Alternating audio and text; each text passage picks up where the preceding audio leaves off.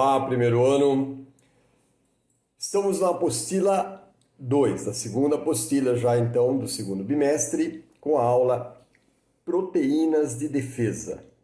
Proteínas de defesa, na verdade, são os anticorpos, tá? Mas o título vem com proteínas de defesa. Muito bom, para que a gente retome, porque é retomar, você vai ver que essa primeira aula é praticamente uma revisão, já falamos isso em vídeos anteriores. Você vai ter que lembrar que proteína é uma sequência de aminoácidos. Lembram disso? A organela responsável, a organela ícone, a organela referência quando se fala em proteína são os ribossomos. Aliás, única organela presente em toda e qualquer tipo de célula. Toda e qualquer célula, seja procarionte, eucarionte, seja de animal, vegetal, fungo, não interessa. É célula. Pode ter certeza de uma coisa, tem ribossomos. Aliás, as três partes fundamentais da célula, membrana plasmática, citoplasma e núcleo, e claro, toda a célula tem ribossomos. Justamente é essa organela que fabrica, que faz a síntese das proteínas. Perfeito? E a proteína, formada nos ribossomos, com uma sequência de aminoácidos. Então, a proteína é uma sequência de aminoácidos. Um aminoácido se liga a outro aminoácido através de uma ligação química chamada peptídica.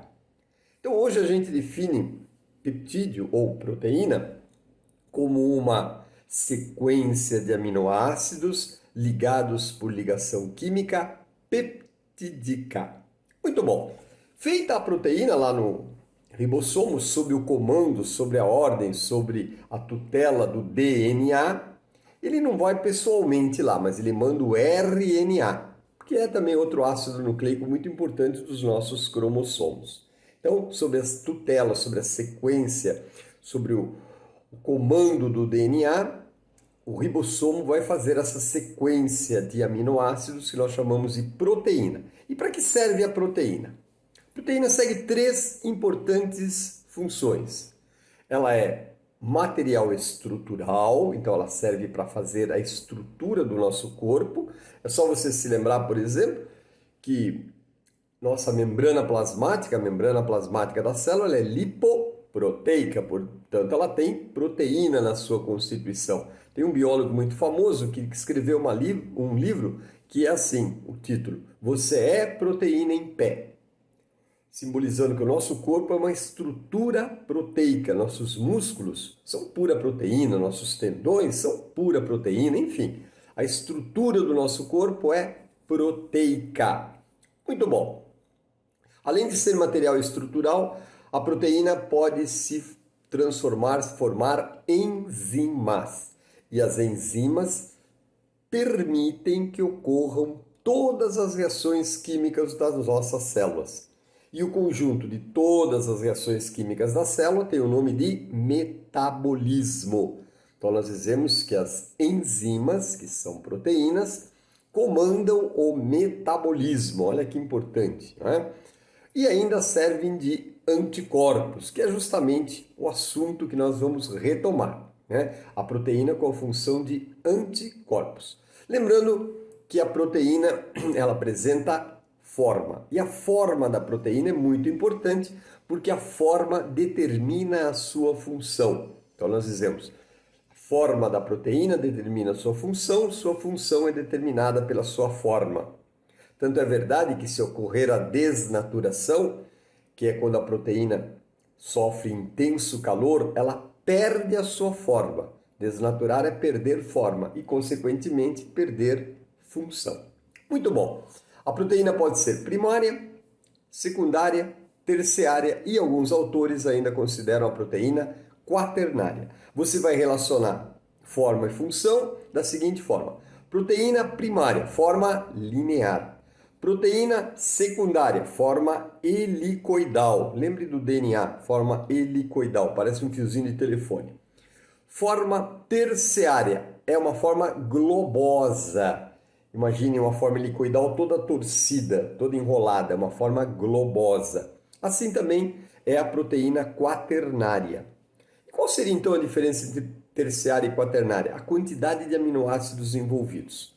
Mas, se você responder que tem 3 tipos de proteína, primária, secundária e terciária, também está legal, porque muitos autores consideram apenas esses 3 tipos. Muito bom.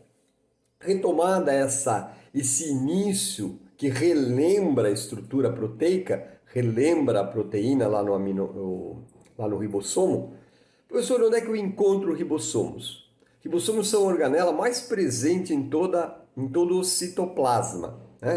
Lembrando que o citoplasma ocupa a maior parte do volume da célula e é no citoplasma que estarão as organelas citoplasmáticas.